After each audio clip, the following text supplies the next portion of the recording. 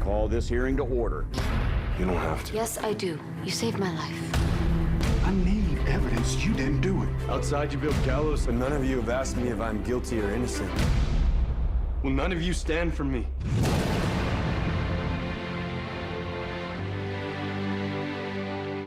Hey, this is Zach Smedu. Watch a new episode of Family Law this Sunday at 8, 7 Central.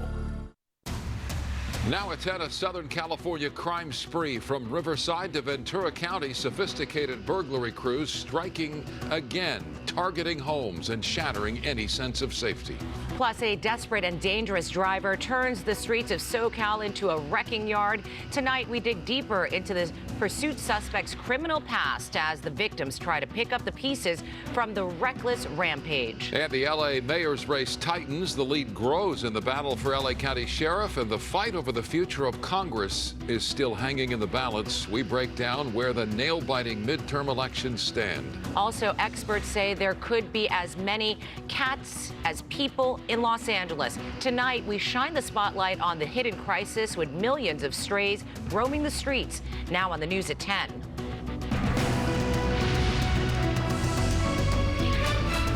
Good evening, I'm Micah Ullman. And I'm Cher Calvin. Tonight, law enforcement agencies across Southern California are warning of a group of criminals believed to be responsible for a string of burglaries in several communities, including Thousand Oaks and Riverside. In a story you'll see only on 5, Rick Chambers spoke to some of the victims of those burglaries. He joins us live from Thousand Oaks tonight. Rick.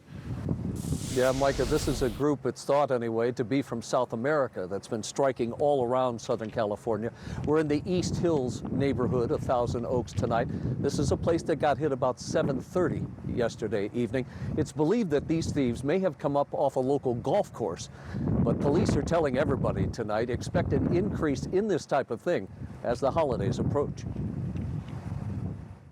And it just kind of struck. I have 3 guys in my backyard. James Fitzpatrick describes the moment his security system notified him at work Wednesday evening that his Thousand Oaks home was being burglarized. And he watched on his phone as 3 masked thieves started breaking in. They boosted one of the guys up to the 2nd floor window open here, and I could hear him breaking the window. When the burglars couldn't enter through that upstairs window, they focused on the patio slider. They just kicked out the bottom of the door. They busted it out with something, and you could just hear the glass just shattering. Footprints in the backyard indicate that the robbers probably climbed some 400 feet up from the Sunset Hills golf course to get to the house. They had so much mud on their shoes that they stepped in the broken glass. It was all over the house. And these photos show the aftermath. Just about every room ransacked. There wasn't a cabinet that wasn't just stripped. Everything was on the floors. James' son Sean was at volleyball practice when the break-in went down. The thieves only grabbing costume jewelry, but also his CIF ring. He said he's actually more surprised by what they didn't take. My Mac was sitting on the counter, and they just went by it. They went into my dad's room, his Apple Watch sitting on the bedside table, went right by it. There's a little cash jar I keep in the closet. They went right by it. It was kind of surprising. Police responded so quickly after James' 911 call that the burglars were caught in the act. They were in the backyard before they came down the stairs from upstairs. Quick response. Yeah, quite a response.